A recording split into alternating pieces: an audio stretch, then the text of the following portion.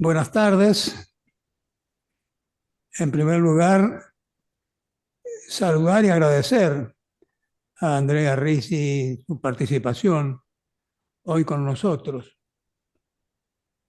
Andrea Risi es corresponsal de Asuntos Globales y columnista del País, periódico en el cual también es miembro del comité editorial y publica la newsletter Apuntes de Geopolítica.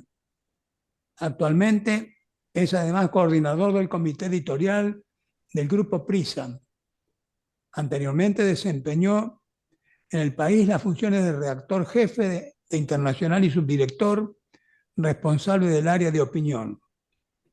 Es autor del ensayo La Era de la Revancha, de Anagrama, publicado en italiano bajo el título El asalto del Revenzici, por la Fundación Giacomo Feltrinelli y miembro del comité científico de la Fundación Feltrinelli. Antes de incorporarse al periódico en 2005, se licenció en Derecho en la Universidad de la Sapienza de Roma y obtuvo grados de máster en Derecho Europeo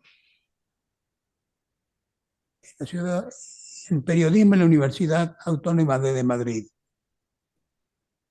Eh, bueno, reiterarle el agradecimiento a nuestro orador a Andrés Risi y aguardamos su exposición. Muchas gracias. Muchas gracias. Es para mí un placer y un honor poder dirigirme a ustedes. Estoy agradecido por la invitación y pues trataré de ofrecerles mi punto de vista acerca del cambio de época que yo creo que estamos viviendo y acerca de cómo mi región, Europa, y su región, América Latina, pueden navegar en el oleaje intenso de este cambio de época. Dividiré, por lo tanto, mi intervención en tres partes. Una primera dedicada a un intento de ofrecer una propuesta de interpretación de este cambio de época. Una segunda parte dedicada a Europa y una tercera dedicada a América Latina.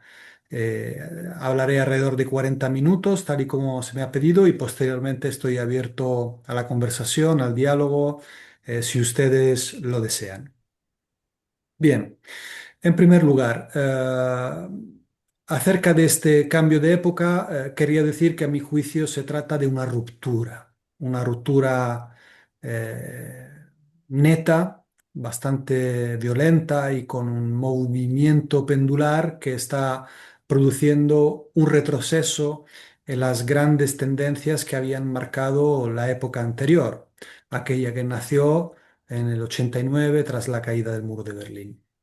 A mi juicio, esa época fue marcada especialmente por la expansión de la globalización en sus distintos aspectos, la libre circulación de los bienes, de los capitales, también un entendimiento de la interconexión entre países, entre mercados y entre sistemas como un mecanismo de win-win, como dicen los anglosajones, que podía ser ventajoso para todos. Un segundo rasgo de la época anterior fue la expansión de la democracia, muy evidente en mi continente, pero no solo, registrado así por los principales institutos que estudian la evolución del modelo democrático en el mundo. Un tercer fenómeno, rasgo de la etapa anterior, fue la expansión del entramado de instituciones políticas y de normas internacionales que hicieron pensar que había una perspectiva de acercarnos al ideal de un orden mundial basado en reglas. Por supuesto, después del 89 se fundaron instituciones como la Organización Mundial del Comercio, como el Tribunal Penal Internacional basado en el Tratado de Roma, arraigaron mecanismos como el panel para la lucha contra el cambio climático, pues hubo, digamos, una expansión sobre lo que se había construido en la etapa anterior que podía dar ciertas esperanzas. Y por último, por supuesto, fue una etapa que en términos geopolíticos podemos calificar de unipolar con la hegemonía indiscutible de Estados Unidos. Bien, la fase en la que nos adentramos de forma tan complicada, procelosa, experimenta, a mi juicio, un movimiento pendular de regreso en todos estos mecanismos, en todas estas dinámicas.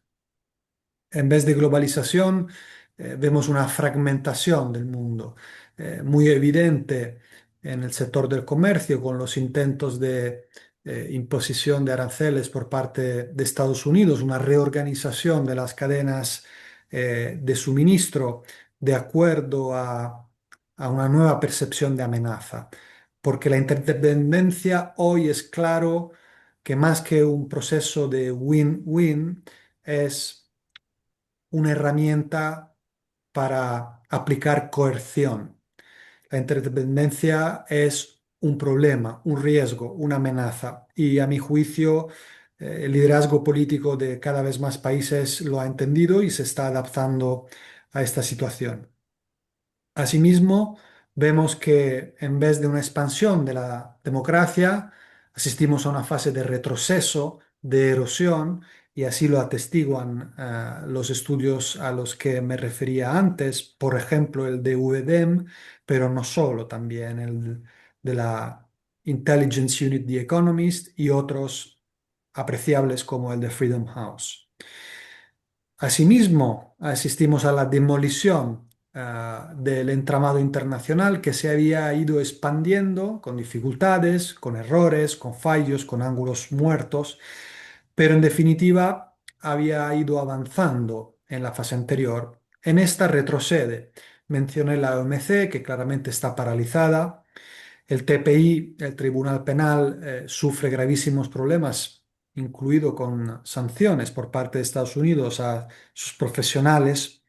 La ONU está paralizada, faltan fondos, la lucha contra el cambio climático avanza con una lentitud exasperante debido a la falta de compromiso por parte de varios países y de nuevo especialmente por parte de Estados Unidos. Y el momento unipolar ha dejado paso a un momento bipolar, por lo menos, con dos grandes superpotencias, Estados Unidos y China, que dominan el escenario y que tal vez pueda convertirse en multipolar en las próximas décadas si algunos países o bloques como el de la Unión Europea consiguen afianzar su posición. Cuanto a países, obviamente pienso en la India, pero de momento, a mi juicio, es un escenario bipolar. Bien, ¿por qué ha ocurrido todo esto? Esto es el núcleo de la tesis que trato de defender en el ensayo La era de la revancha que ustedes han mencionado. Creo que mirarlo desde el prisma del resentimiento es una aproximación que permite entender bien. Este sentimiento marca y puede explicar las dos corrientes principales que justifican y explican este cambio de época. En Occidente es el descontento y es el resentimiento de las clases populares que se han visto abandonadas, marginadas en ese proceso de globalización, en ese proceso de afirmación de un modelo neoliberal que fue abrazado no solo por fuerzas políticas conservadoras y liberales stricto sensu, sino también por fuerzas progresistas que tanto en Estados Unidos como en Europa y en otras partes abrazaron ese modelo, dando a muchos en estos lares la sensación de que todas esas fuerzas fueron copartícipes en la creación de un modelo que funcionó por algunos, pero no para tantos en las clases populares.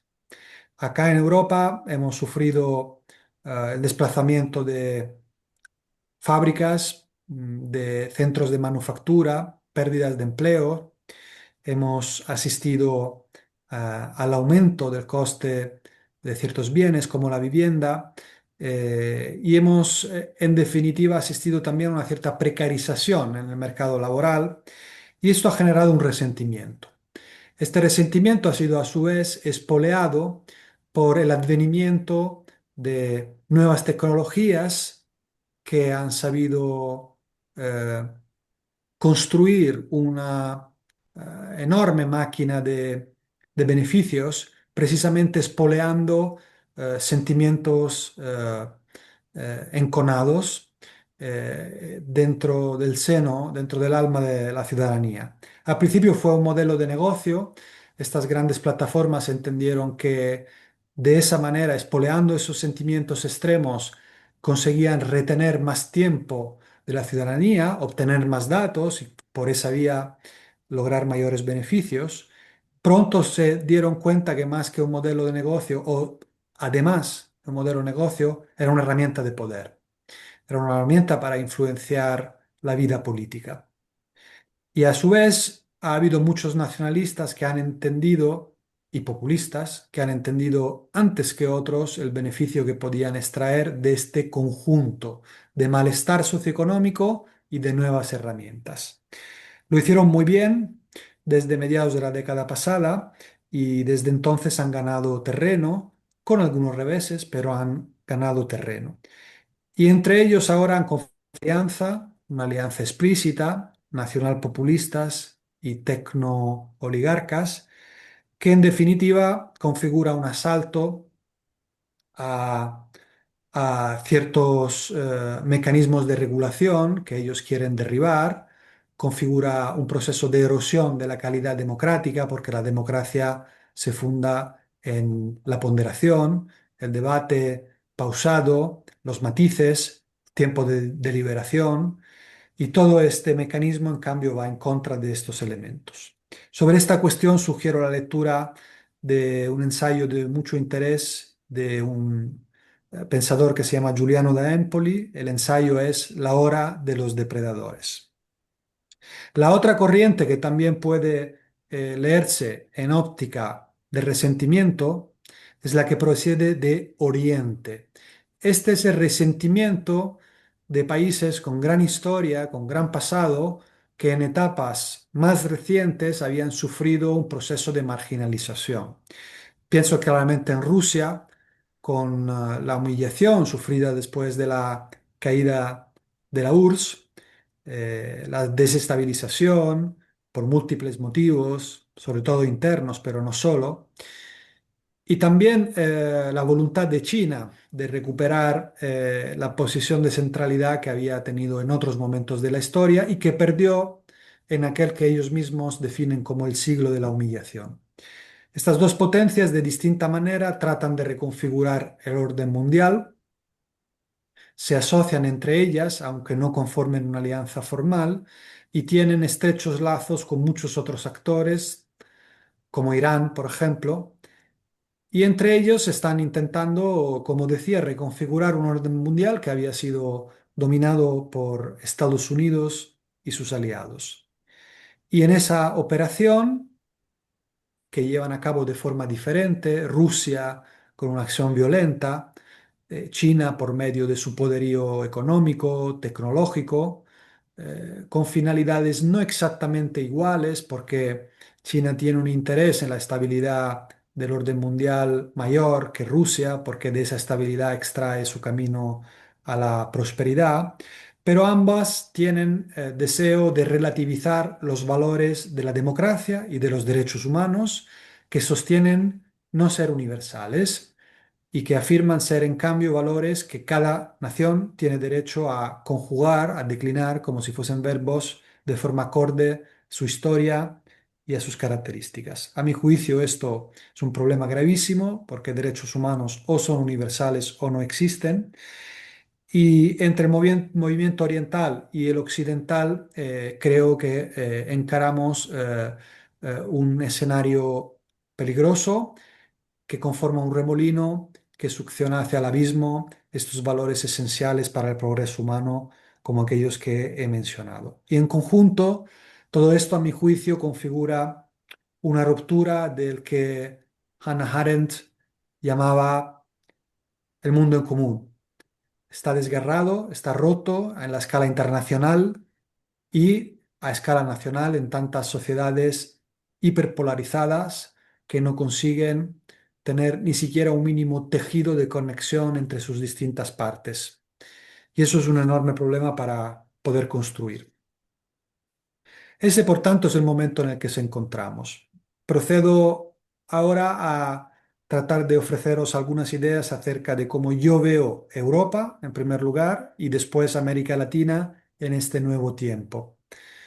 Naturalmente, en ambos casos se trata de regiones muy grandes, con cientos millones de habitantes, con características muy diversas dentro de su perímetro, pero en ambos casos creo que es posible destacar algunas tendencias generales que pueden fomentar, tal vez, espero, la reflexión.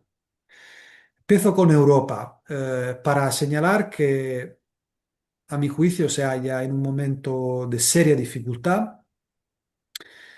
Esto es así, desde luego, porque en Oriente tenemos una fuerza revisionista y con claro proyecto imperialista como es Rusia, la Rusia de Putin, que después de esa desestabilización de los años 90 que mencioné anteriormente, consiguió estabilizarse, recuperar una cierta fortaleza económica y militar y que a partir de 2008 sustancialmente emprende una campaña de reconstitución del perímetro imperial, primero con una acción militar en Georgia, después con la primera intervención de 2014 en Ucrania. Y bueno, pues en estas estamos muchos años después. Es una amenaza seria para la cual los europeos estamos preparados no muy bien. Aunque nuestra economía sea 10 veces superior que la de Rusia, no obstante, seguimos en muchos sentidos fragmentados en los ámbitos de la defensa y de la seguridad, y esto hace que tengamos problemas para ser una fuerza realmente disuasoria de manera independiente, sin contar con el paraguas de Estados Unidos, como hemos hecho desde el fin de la Segunda Guerra Mundial. Y Estados Unidos es precisamente el segundo problema por el cual atravesamos una fase bastante crítica e inquietante. A mi juicio, aquí también asistimos a la ruptura de una época. La relación transatlántica está quebrada, aunque formalmente permanezca de pie la OTAN y esto no esté del todo roto, la realidad, hasta donde puedo ver, e incluso las conversaciones que puedo mantener con líderes políticos, es que el quiebre es muy profundo entre las dos orillas del Atlántico Norte. La desconfianza por parte de Europa es absoluta con respecto a la administración Trump.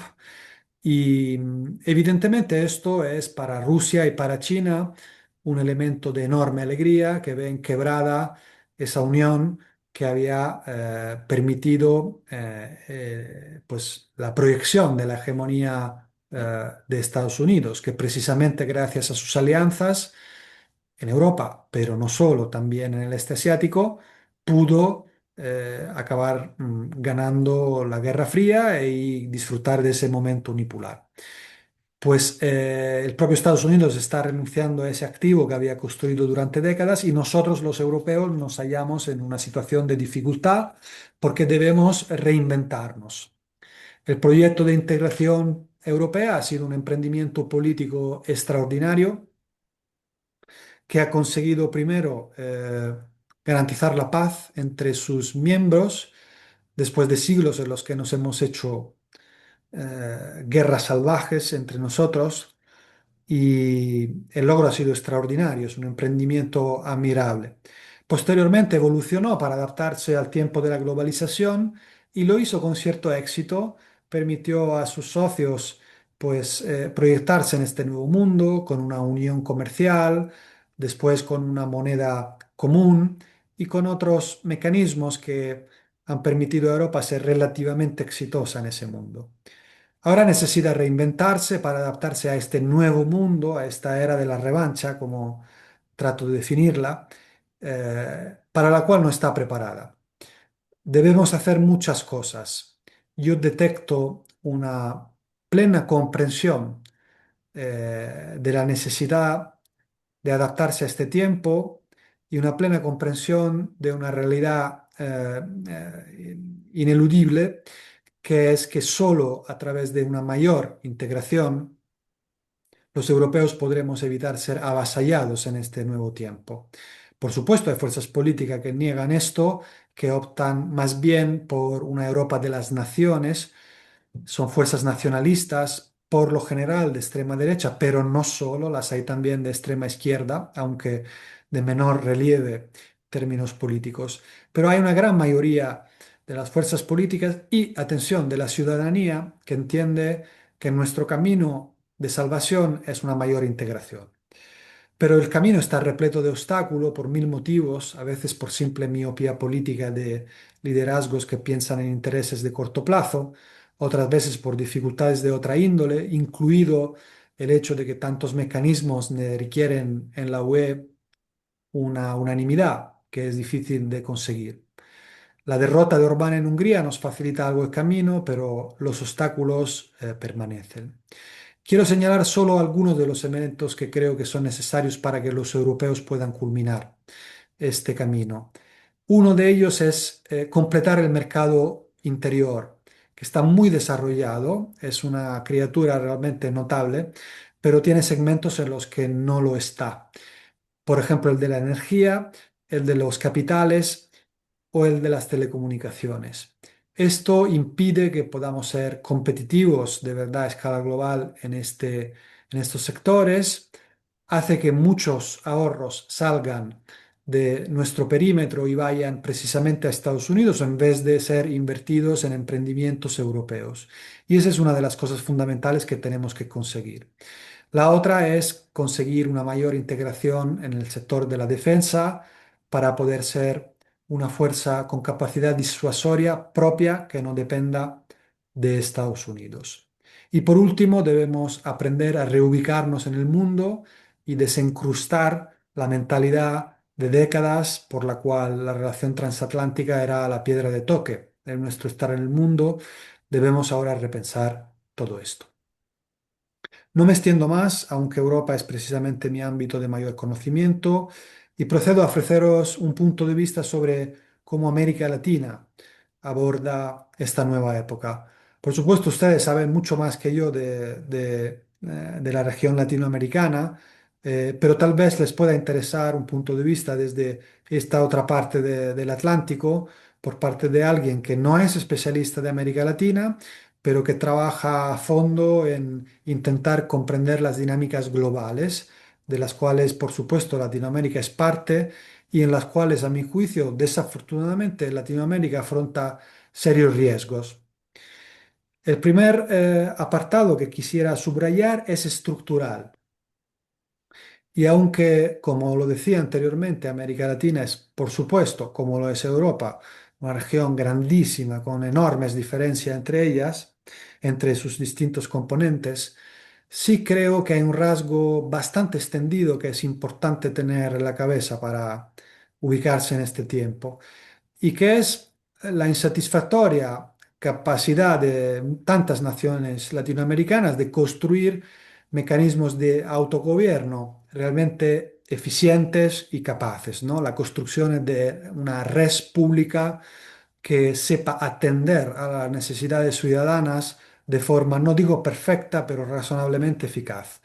Este es un rasgo común, a mi juicio, de muchas de las democracias latinoamericanas, un rendimiento insatisfactorio de la cosa pública. Esto genera enormes problemas siempre, en todas partes. Desde luego los ha generado en América Latina, que asumen la forma de una violencia, de una criminalidad organizada, a veces desbocada, que afecta la vida de la ciudadanía, otras veces en términos de una corrupción desatada, otras veces en perspectiva de desigualdad que duele a la vista, ¿no? Otras más en términos de incapacidad de garantizar estabilidad financiera. Muchos shortcomings, ¿no? Muchos problemas que a mi juicio tienen un denominador común en la insatisfactoria evolución de la construcción de sistemas políticos eficaces de desplegar servicios y gobernanza. Bueno, pues subrayo esto no porque sea una novedad, que no lo es, sino porque creo que es importante tener en cuenta que este nuevo tiempo, estos déficits de capacidad de gobernanza, son un lastre especialmente pesado, porque este nuevo tiempo, como lo vemos amargamente, está repleto de shocks. Shocks que son muchas veces externos, que no tienen nada que ver con el desarrollo interno de los países, sino derivantes de andanadas geopolíticas o geoeconómicas, o incluso elementos propios de este tiempo, como pandemias o crisis climáticas que van de la mano del calentamiento global. Estos shocks externos requieren de estructuras públicas con una fuerte capacidad de gestión. Y quien estaba impreparado antes, pues corre riesgo de tener problemas aún mayores, yo creo, en los años venideros. Creo que en América Latina hay ejemplos claros de lo que es una obviedad, ¿no? De cómo la capacidad de desplegarse de la cosa pública marca la diferencia. Recuerdo, por ejemplo, durante la pandemia, caso ejemplar de shock externo que no depende de la gestión política de cada cual, pero que pudo ser afrontado de distinta manera según la capacidad operativa de las estructuras públicas. En ese entonces había dos países que tenían una capacidad fiscal notable para activarse, para hacer cosas en América Latina. Uno era Chile, el otro era Perú, por distintas razones, bastante solidez fiscal. eh, y creo recordar, si no me equivoco, que Perú, pese a ese margen fiscal, tuvo una pandemia terrible, nefasta, con una mortandad extraordinaria, porque no tenía las estructuras sanitarias adecuadas, la capacidad de gestión. Chile, que por un trabajo previo tenía redes de vacunación mejor engrasadas y tal vez otras estructuras sanitarias, pues pudo salir con menores daños, ¿no? Entonces, igualmente teniendo una capacidad fiscal, pues un país salió realmente muy mal, otro mejor. Así que creo que esa debilidad es algo que hay que tener muy en la mente, produce mucho malestar que las redes tecnológicas saben aprovechar, los populistas también, y la derivada de esto es grave riesgo de erosión democrática debido a la insatisfacción ciudadana con las soluciones que las democracias saben proveer. Este era el primer punto que quería señalar. El segundo tiene que ver con el evidente movimiento bastante amplio, generalizado, hacia la derecha extrema en el continente. Ya hay una sucesión de elecciones que han arrojado resultados en ese sentido. Bien, pues esto hay que leerlo, por supuesto, en la óptica del giro de la política estadounidense en el continente americano. Lo conocen mejor que yo, saben perfectamente lo que dice la nueva Estrategia Nacional de Seguridad publicada a finales del año pasado, la doctrina Monroe revisada o si quieren la doctrina Donroe, la clara disposición al intervencionismo o a las interferencias.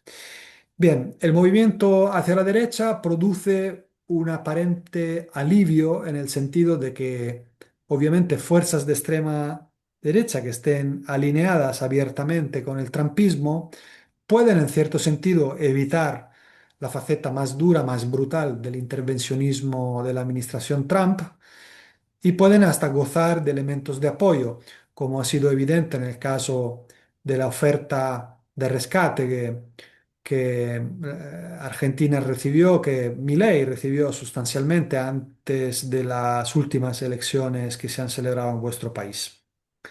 Quienes no estén alineados se exponen, por supuesto, a golpes muy duros, muy directos y bastante peligrosos. No obstante, querría en este asunto trasladarle mi punto de vista de europeo. Y mi advertencia es que incluso un alineamiento de interés político no protege realmente y es en realidad lo que algunos expertos definen una vasallización feliz. ¿Qué es un espejismo? Es feliz hasta que deja de serlo. Los europeos hemos en algunos casos intentado en este último año y pico optar por el apaciguamiento de la administración Trump. Y esto no nos ha resguardado de mayores exigencias, de mayores abusos, digámoslo.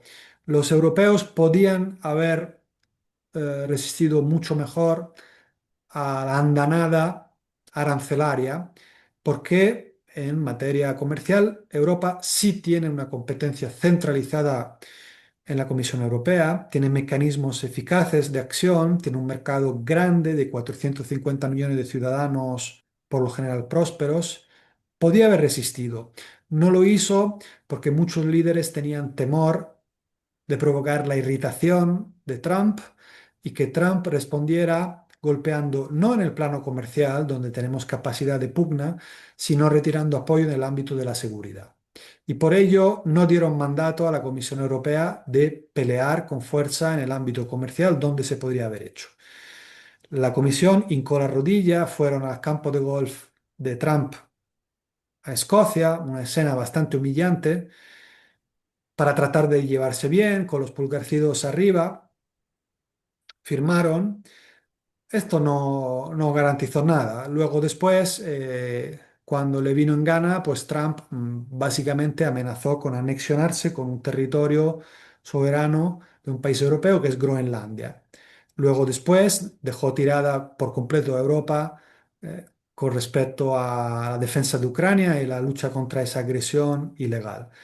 Por lo tanto, mi advertencia es que incluso ese alineamiento, que en algunos momentos puede ser útil y que por lo menos resguarda de ofensivas brutales que pueden abalanzarse contra aquellos que son considerados como oponentes políticos, en realidad no protegen realmente, porque la lógica de Estados Unidos en este momento es, a mi juicio, una lógica de depredación unilateral que bueno, está dispuesta a muchas clases de abusos. El tercer punto que quiero subrayar con respecto a América Latina, y ya me voy encaminando hacia el final de mi intervención, es una inquietante incapacidad de estar en este mundo más allá de la relación con Estados Unidos. ¿Por qué?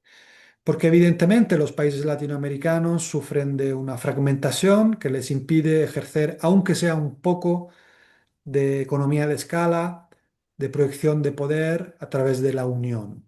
Esto es un problema enorme si se considera que la región está desprovista de los dos elementos fundamentales de un tiempo como este, en el que la fuerza es el elemento clave, mientras el derecho retrocede.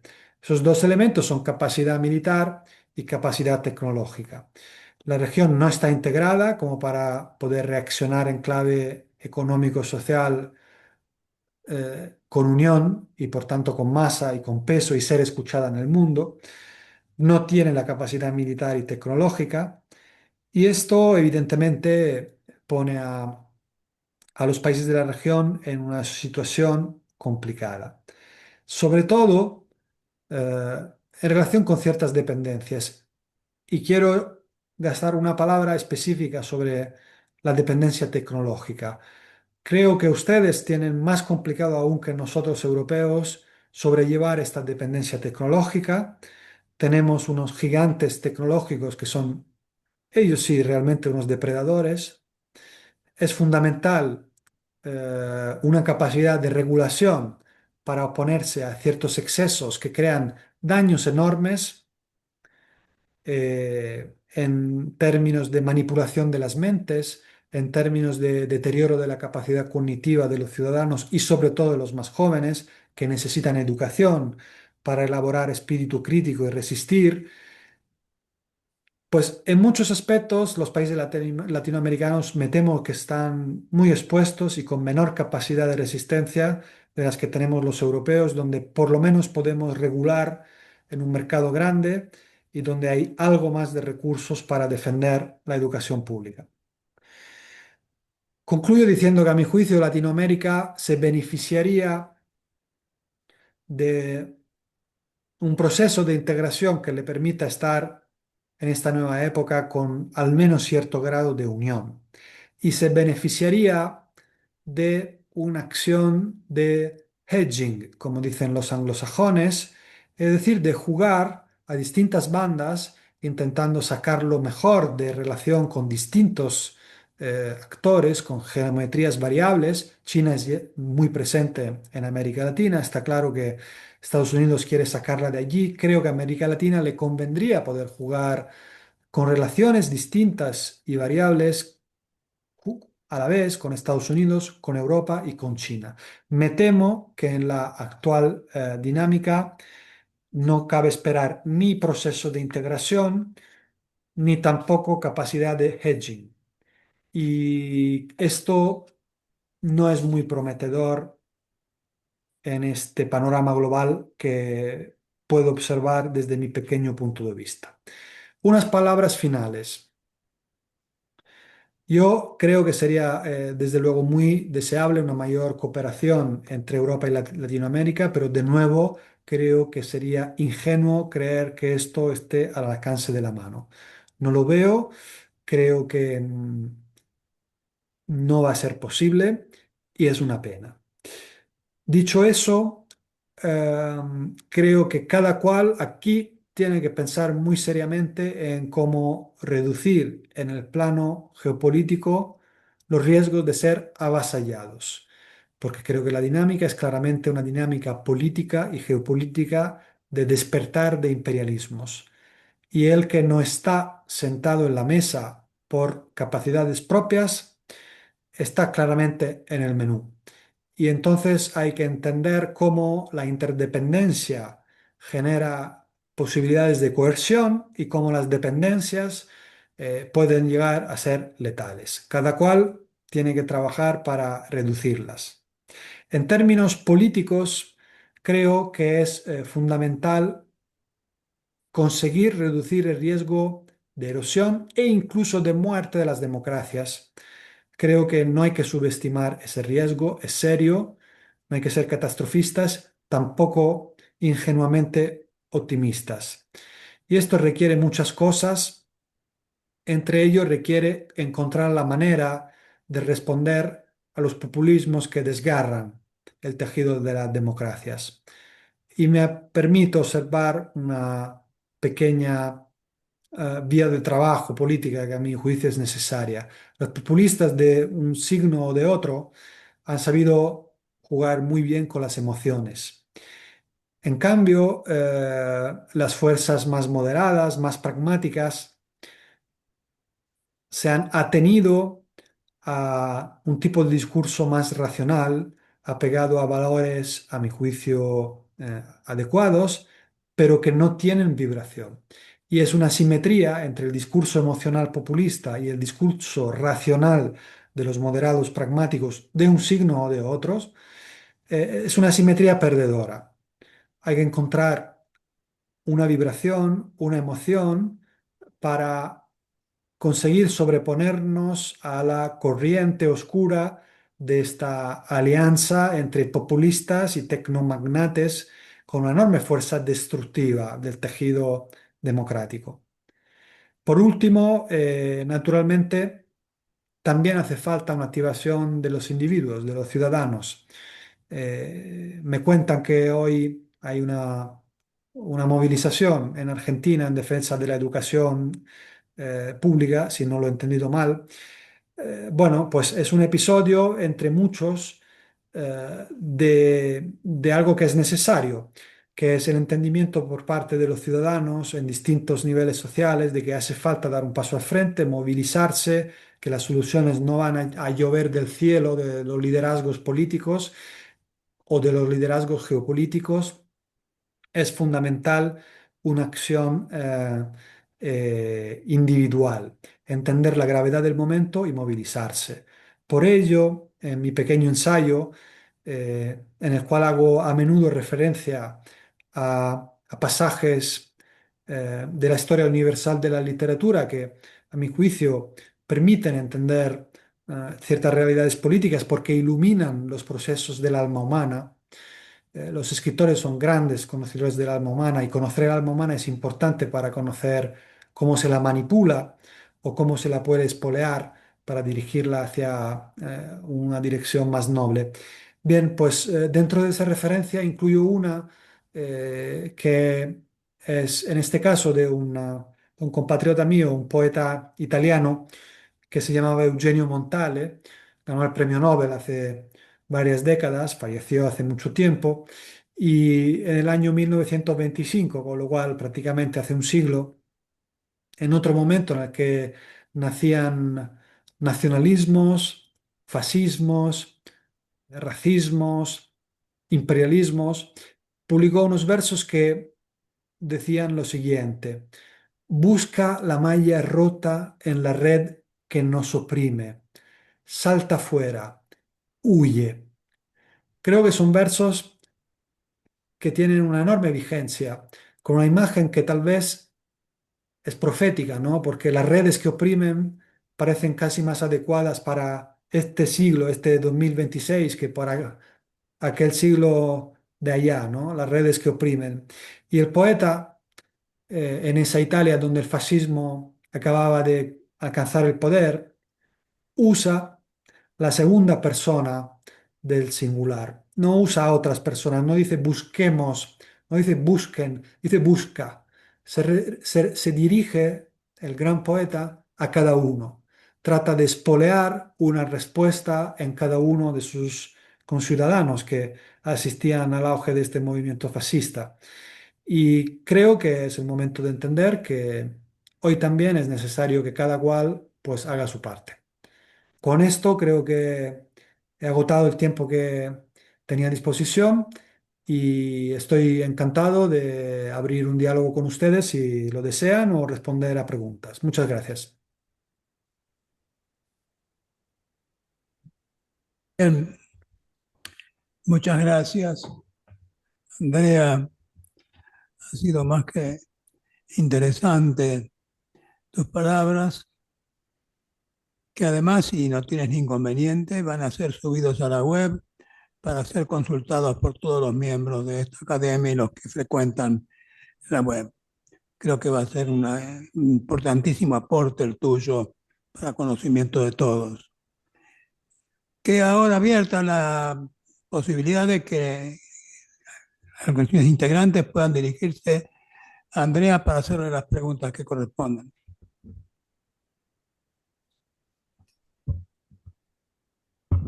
Bueno, buenas tardes, muchísimas gracias por la exposición.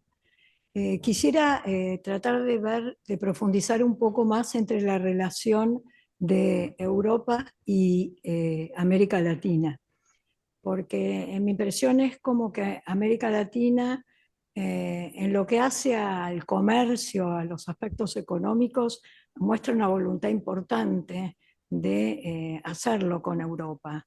Y las actitudes desde el lado de la ciudadanía son siempre muy positivas hacia ese lugar. Lo que me pregunto es qué tendríamos que hacer los latinoamericanos para llegar a poder concretar una relación mejor con Europa en ese plano, por un lado. Por el otro lado, aprovecho la oportunidad también para preguntarle un poco sobre la generación Z en Europa, cómo la ve y también si ve algún impacto de los cambios demográficos en todo esto que tiene que ver con la democracia y con los distintos aspectos que hemos hablado. Muchas gracias por las palabras amables. Por supuesto, estaré encantado si ustedes desean publicar la grabación de este encuentro. Procedo a intentar responder a las preguntas muy válidas, muy oportunas, en la medida de mis capacidades. En cuanto al primer plano, por supuesto, el ámbito de las relaciones comerciales es el gran ámbito en el cual sí se da una cooperación entre ustedes y nosotros interesante, significativa, y es evidente que el progreso en la implementación del acuerdo entre Unión Europea y Mercosur es un elemento de enorme peso.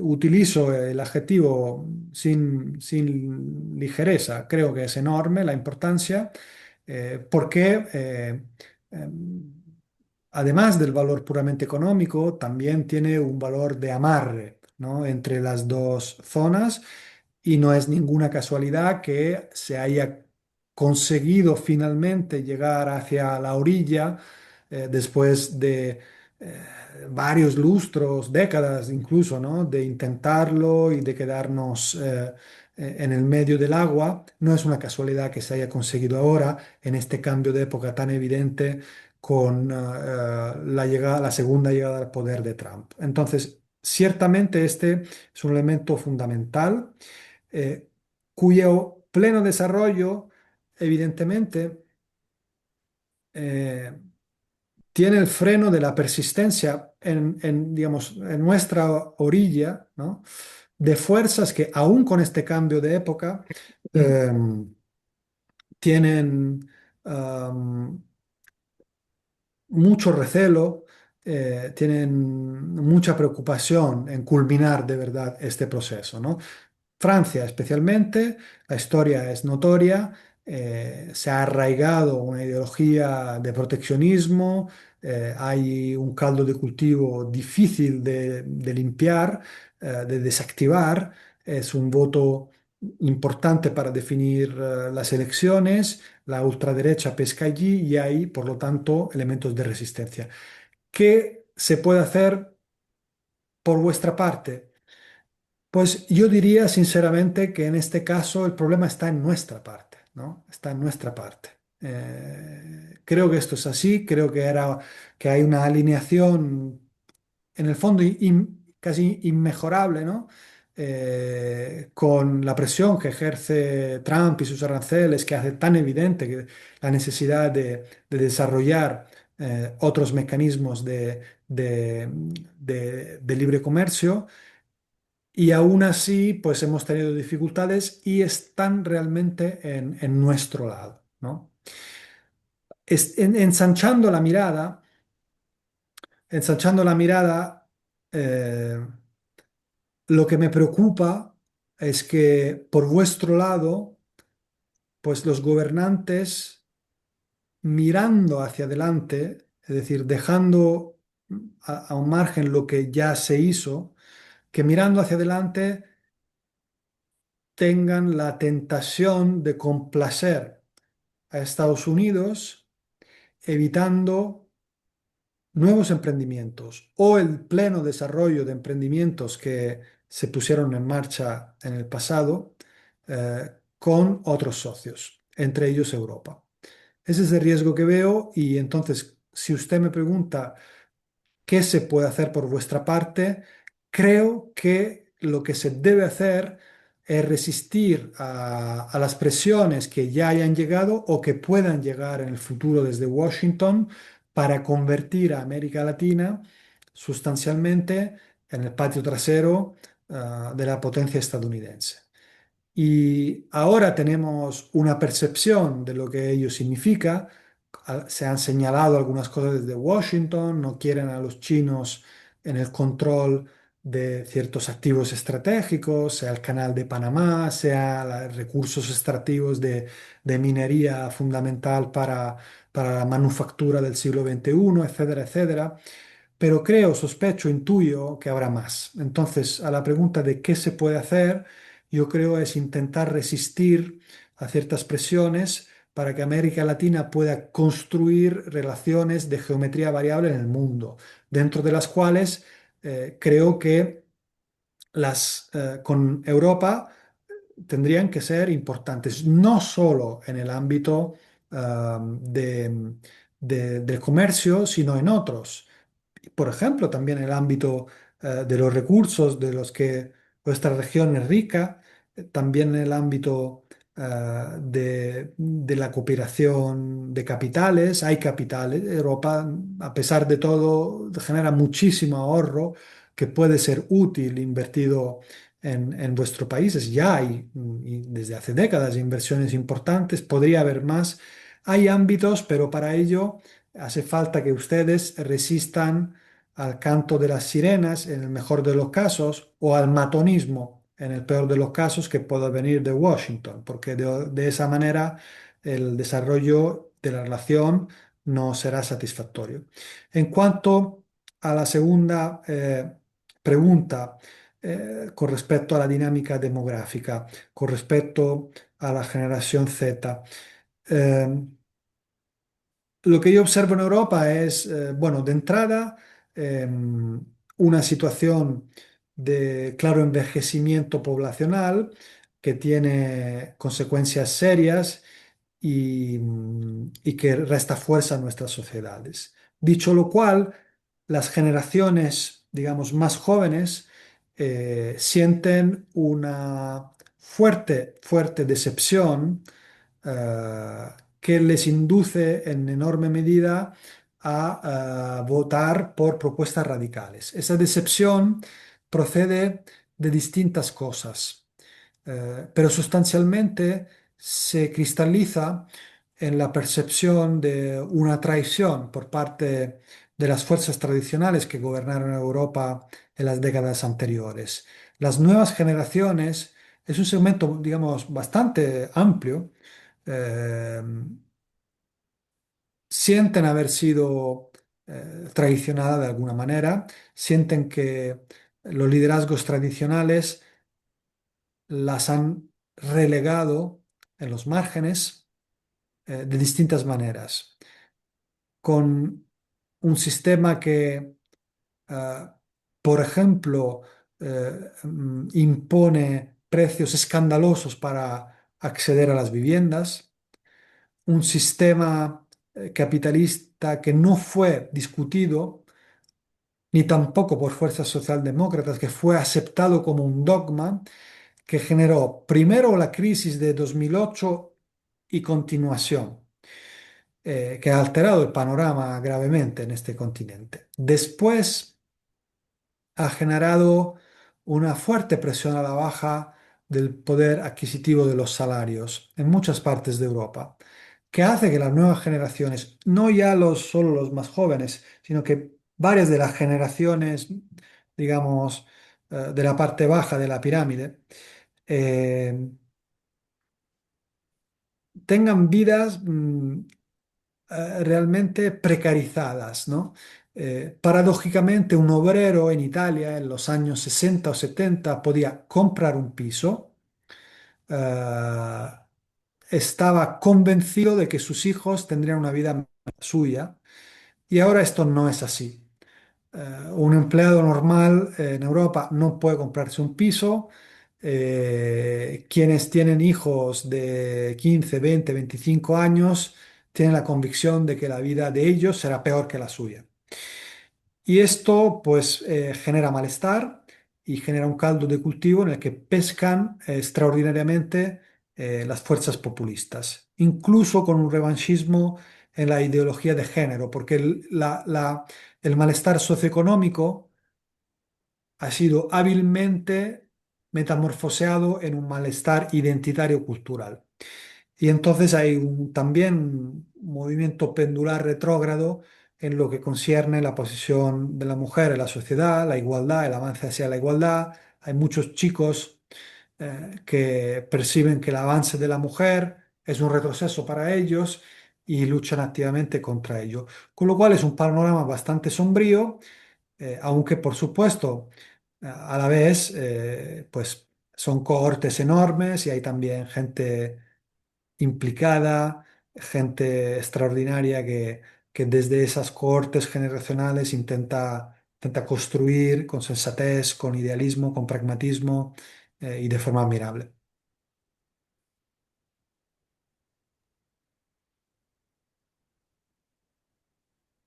¿Alguien otro quiere hacer Sí, alguna Horacio. pregunta? Horacio. Sí, adelante. Eh, Adelante. bueno, bueno, Andrea, muchas gracias por la excelencia de tu exposición. Realmente nos pintaste un escenario epocal muy importante al subrayar que estamos frente a un cambio de época, un cambio de era, ¿no?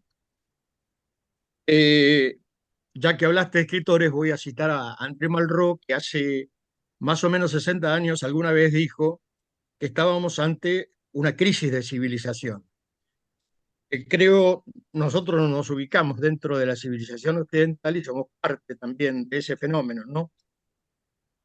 En esos signos epocales que precisaste, dijiste muy bien que vivimos sociedades disruptivas, eh, fragmentaciones, erosión democrática, y hay un tema puntual que me interesa, que es el tema de la polarización. América Latina es el continente más polarizado y nosotros, digamos, en Argentina, encabezamos en la lista de países la polarización. Nosotros somos expertos en polarizar.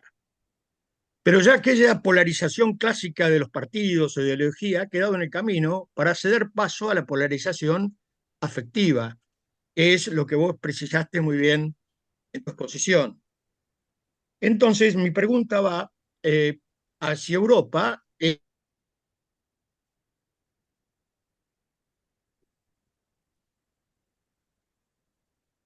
o alta polarización afectiva en este caso. Primero, Disculpa, Carlos, sí, no escuché una parte.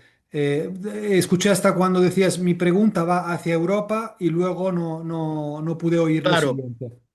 si la situación que atraviesa Europa en Sí, cuanto a el tema de la polarización, que ya hoy no es ideológica y partidaria, sino que es afectiva, sí, es mediana o altamente polarizada, digamos, está la Unión Europea. sí, Segundo, vos conocerás a Steven Forte, que ha preparado, sí, eh, digamos, teorizado y sobre todo este populismo 2.0, populismo de extrema derecha, ultraderecha. La derrota de Orbán, que fue, digamos, el modelo iliberal que, digamos, muchos utilizaron, creo que comienza o da inicio a un proceso, digamos, donde esas posturas, digamos, comienzan a dar algunos trancos de pollo. ¿Qué opinas sobre eso? Y después, la tercera pregunta es si la democracia liberal, si bien no está extinguida o muerta, como alguna literatura dice por ahí, ¿no? Desde Tilewinski, bueno, hasta mucho más, eh, plantearnos hacia qué democracia debemos ir. Si con la democracia liberal clásica basta o la democracia liberal tiene que, digamos, no digo, no sufre de avería gruesa, pero evidentemente la democracia liberal requiere algunas modificaciones ajustadas a estos nuevos tiempos. sí. Muchas gracias por tus preguntas, Carlos. Trato de responder. En cuanto a la polarización afectiva, en efecto es un fenómeno grave, peligroso, difícil de hallar el antídoto. Me preguntas cómo es el escenario en Europa. Eh, Creo que hay que distinguir entre algunos países que tienen una fuerte tradición de gobiernos de coalición. Entonces, en esos países, como por ejemplo Alemania, Países Bajos, Austria, también los escandinavos. Creo que en esos países el nivel de polarización afectiva es bastante inferior que en otros, en los cuales no hay tanta tradición de gobierno de coalición. Porque la tradición de gobierno de coalición es un mecanismo que es una suerte de antídoto generado en el tiempo, ¿no? Es un anticuerpo generado en el tiempo que dificulta que el virus de la polarización afectiva se expanda. No son inmunes, pero lo llevan mejor.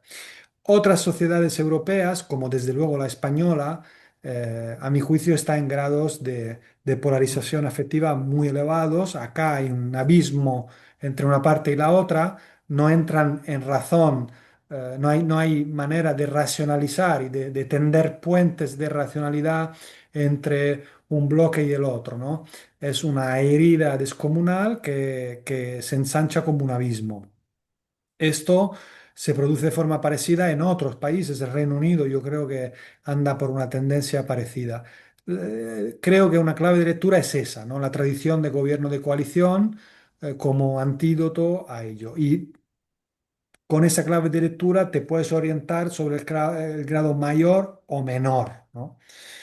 En segundo lugar, sí conozco a Steven, italiano como yo, hemos coincidido alguna vez y en cuanto a Orbán, la derrota de Orbán ha sido un elemento crucial para Europa, porque Orbán, pese a que Hungría es un país de 10 millones de habitantes, en una unión con 450 millones de habitantes, peso económico irrelevante, sin embargo, además, obviamente, de la capacidad de veto, que es muy fastidiosa, ¿no? En muchos ámbitos de desarrollo de la Unión Europea y que en el fondo puede esgrimir cualquier país, incluso Chipre, ¿no? Pero más allá de esto, el problema de Orbán es que era un auténtico caballo de Troya tanto de Putin como de Trump en el seno del proyecto europeo y era además un laboratorio político muy adelantado, muy hábil, con mucha capacidad de proyección en el resto de Europa, incluido con financiación de bancos húngaros que echaban una mano a proyectos parecidos. Entonces, es una realidad que no hay que dejarse confundir por el tamaño relativo de Hungría, que es un país pequeño, era políticamente un tamaño considerable. El hecho de que haya salido, o sea, sepultado por las papeletas, es muy importante para el proyecto de la Unión Europea e incluso algunos liderazgos que tendían a aliarse con él, como por ejemplo eh, otros casos de Europa Central, República Checa, etcétera, eh, ya huérfanos ya están cambiando su actitud. La lección política de Hungría es esencialmente que eh, la democracia pudo resistir, a pesar de todo, pudo resistir. El daño hecho fue inmenso y la verdad es que en el fondo el motivo por el que perdió hay que asumirlo, no es una lección muy esperanzadora, pero hay que asumirlo. El motivo verdadero fue sobre todo la corrupción, el clientelismo, el estado mafioso que había montado. Desde luego, no ciertas políticas xenófobas, no ciertos aspectos de erosión de la democracia. Fue más bien aquello otro. Ahora bien, lo celebramos y estamos contentos los europeístas. Y por último, la democracia liberal. Hay mucho que arreglar, muchísimo. Va a ser un trabajo inmenso y muy difícil. Quiero señalar dos planos. Uno es la capacidad de adaptar nuestras democracias, las europeas desde luego, pero en el fondo todas, al desafío que viene del nuevo poder tecnológico. Entonces, es un dilema extraordinariamente difícil de afrontar porque no podemos evitar la manipulación de las mentes que viaja por las autopistas digitales y por los motores de inteligencia artificial, abandonándonos a la censura, porque la censura es la muerte de la democracia. No podemos arreglar aquel problema para defender la democracia matando a la democracia. Pero tenemos que hacer algo, porque estos mecanismos están destrozando la democracia, además de las capacidades cognitivas de las nuevas generaciones. Y no hemos todavía encontrado el cómo, ¿no? Que a mi juicio es una tarea múltiple, compleja, no hay un elemento ganador.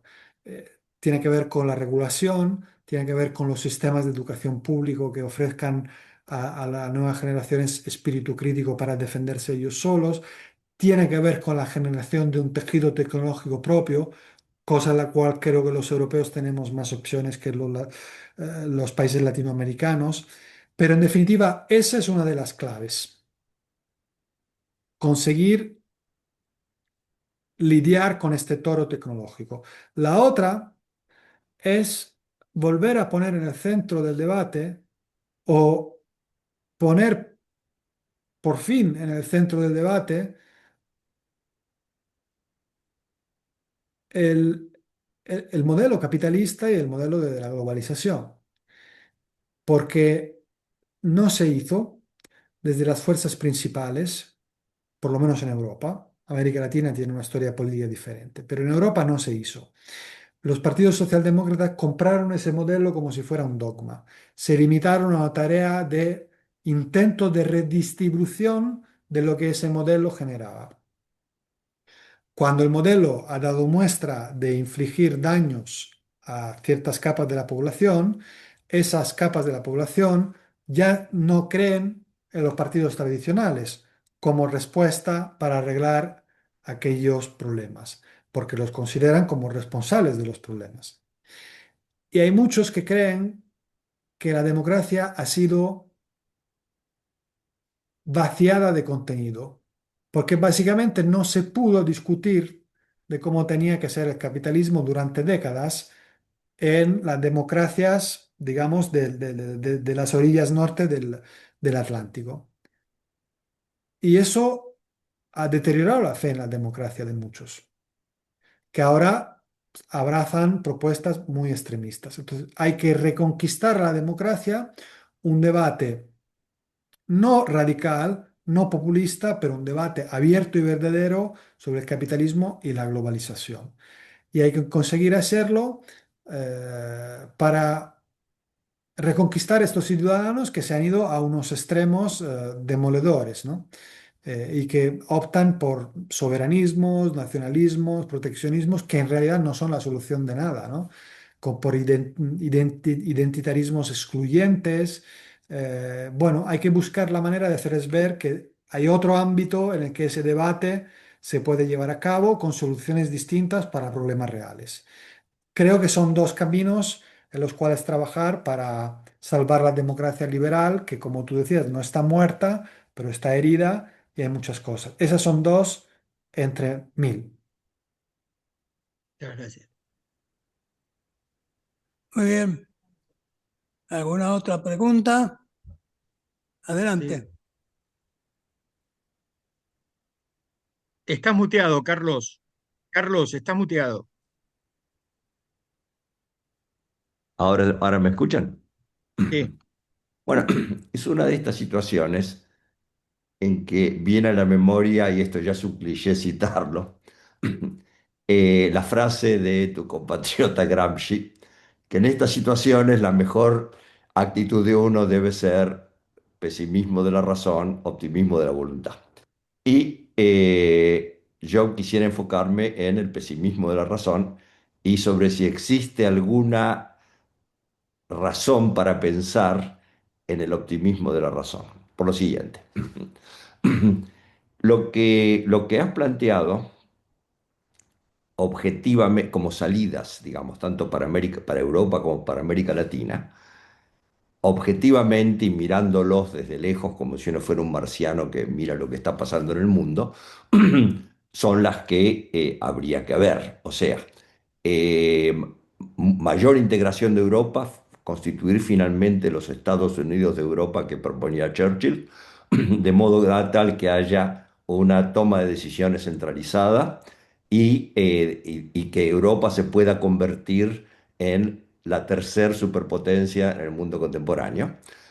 Y en el caso de América Latina, que los países de América Latina jueguen al realismo clásico, tratando de hacer la balanza de poder entre Estados Unidos y China, y uno desearía una Europa que fuera una tercer superpotencia. Ahora, objetivamente, los obstáculos son tan Perdón, ¿me siguen escuchando? Sí. Sí, sí. Sí, bueno, los obstáculos son tan pero tan fuertes que aparece como muy poco probable que estos objetivos puedan lograrse. O sea, centralizar en el caso de Europa la toma de decisiones, o sea, constituir finalmente un fuerte Estado europeo con un nivel mucho más alto de centralización que lo que tiene la Unión Europea en este momento, precisamente en el momento en que asciende el soberanismo en casi toda Europa. Digamos, francamente es una de las cosas más sorprendentes para alguien que estudia América Latina, mirando a la Europa contemporánea, es que el clivaje central de la política europea pasa a ser, en las palabras de Marine Le Pen, el clivaje entre globalistas y patriotas, que es realmente, fue el clivaje central de la política de la mayoría de los países latinoamericanos, por lo menos durante el siglo XX. O sea, que en este momento en que se latinoamericaniza Europa, uno se plantea la tarea de constituir los Estados Unidos de Europa, suena bastante poco probable, bastante quijotesco. Y en el caso de América Latina, para jugar al realismo como política internacional, hacen falta estados fuertes y con capacidad de autonomía. Y realmente la gran mayoría de los estados latinoamericanos son muy débiles, y algunos de los que podrían tener capacidad de autonomía, como Chile, son países pequeños, digamos, inclusive dentro del contexto latinoamericano. Me parece muy poco probable que estos objetivos puedan realizarse, tanto en América Latina como en Europa. Y más allá de eso, estas transformaciones actuales que deploramos, cambios en las identidades, cambios en los clivajes políticos, erosión de la democracia, nacionalismo económico, son las consecuencias sociales y políticas de la transformación del capitalismo contemporáneo. ¿No es cierto? En los últimos 40 años, la tecnología de la información, robótica, digitalización, inteligencia artificial. Y esa transformación recién empieza. O sea, está transformando las sociedades y las identidades de maneras que todavía no podemos vislumbrar. De modo que, digamos, tenemos que entender que la democracia liberal y republicana de los últimos siglos fueron la manifestación del capitalismo, especialmente capitalismo en su fase industrial. Y también el comunismo, también el fascismo, también los autoritarismos fueron hijos de la transición económica, del desarrollo del capitalismo. ¿Qué consecuencias políticas puede tener eh, este proceso que recién empieza realmente de la revolución tecnológica? Es bastante difícil de prever. Por eso soy bastante pesimista. No sé qué piensas tú. Yo también lo soy. Eh, Creo que los argumentos que has mostrado son muy válidos y son evidentemente motivo para no, no poder ser optimistas. Yo no lo soy. Eh, Ahora, mm, por ejemplo, en el caso de Europa, yo soy federalista, y en efecto creo que es imposible que los europeos consigamos avanzar realmente hacia unos Estados Unidos de Europa, un proyecto plenamente federalista, hasta donde llega la mirada. No obstante, y pese a la fortaleza y el vigor de estos movimientos soberanistas que son en principio contrarios a una dinámica de mayor integración entre Europa, es posible hacer cosas. Es posible hacer cosas. No vamos a poder alcanzar el máximo, pero es posible hacer cosas. Y obs- subrayo un par de tendencias que pueden dar paso al menos a un pequeño nivel de esperanza en Europa, ¿no? El primero tiene que ver con la evolución propia de estos soberanistas, porque es verdad que están fuertes, pero ¿de dónde venía la extrema derecha italiana o la extrema derecha francesa y dónde están ahora con respecto al proyecto de integración europea. El camino ha sido impresionante. Es que en el seno de estas formaciones había algunos que hasta hablaban antaño de salirse de la Unión Europea. Luego hablaban de salirse del euro.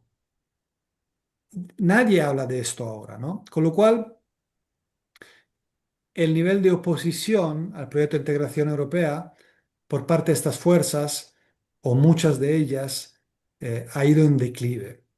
Ello no significa que no sigan siendo un obstáculo para dar nuevos saltos de integración, lo son, pero hay una evolución.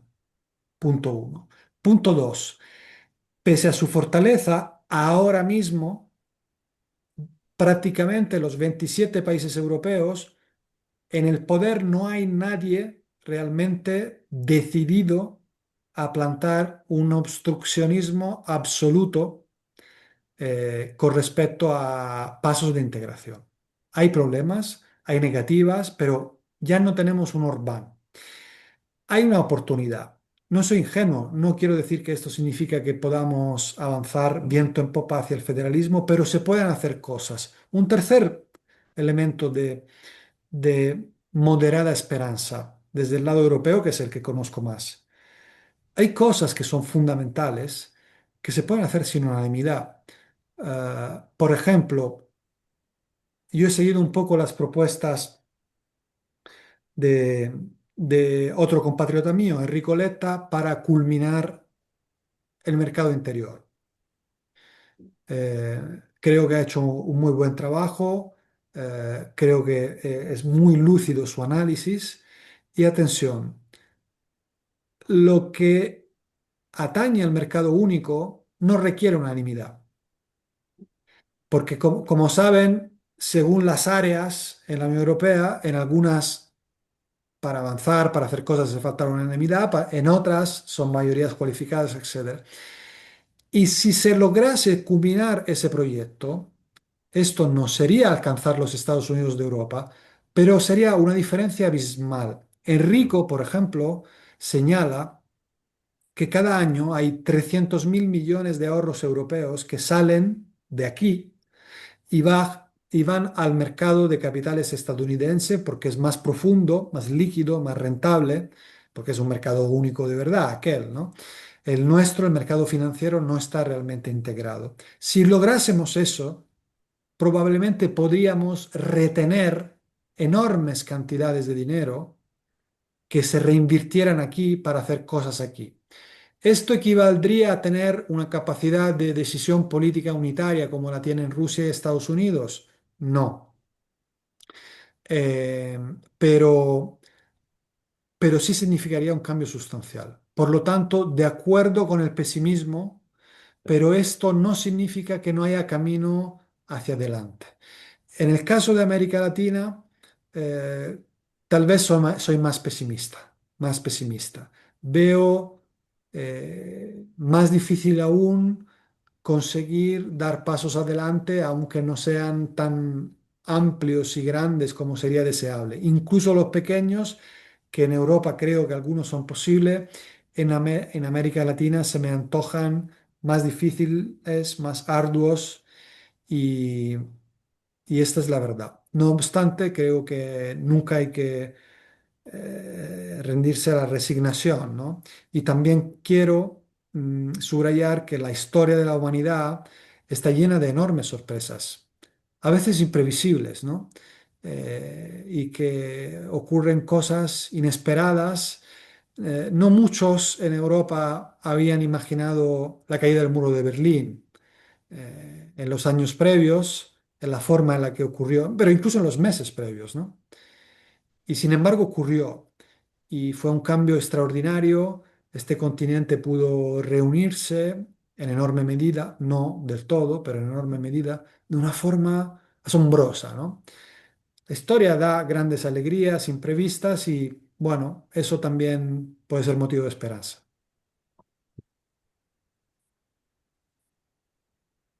Muy bien. Si no hay otra pregunta, le agradecemos profundamente a Andrea, que ya la consideramos un amigo del instituto, así que seguramente vamos a seguir teniendo contacto. Muchas gracias y hasta pronto.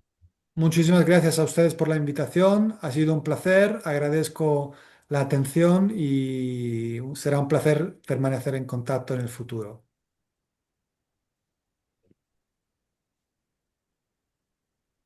Nos vemos en Madrid, Andrea, en unos días.